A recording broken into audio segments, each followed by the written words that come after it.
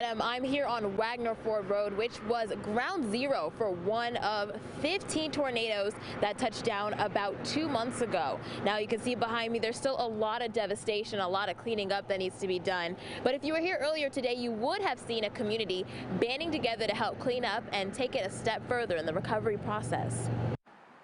Some victims of the Memorial Day tornado outbreak say they are finding roadblocks to recovery 2 months after the storms. We had our first estimate done on June 18th on the house, which was the $13,000, and we're still at square one.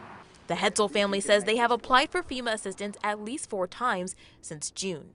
One of the reasons for denial was the damage to the home was not done by the tornadoes. That is a ridiculous statement when you can look 100 feet from our house and there's total devastation. The family, which has lived in the home for the last 2 decades, say they don't have home insurance and they didn't know where to turn.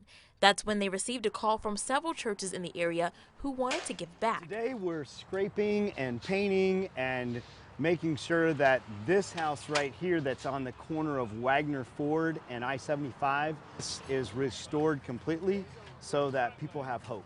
The long-term effects of the tornadoes are now being seen. Dozens have relocated and not returned to their homes. Jobs and schools have been affected, and people like the Hetzels are hoping for relief from the stress daily. But the phrase Dayton Strong continues to echo as a reminder for communities to band together as there is strength in numbers. We want to make sure that the Northridge community knows that we're here for the long term.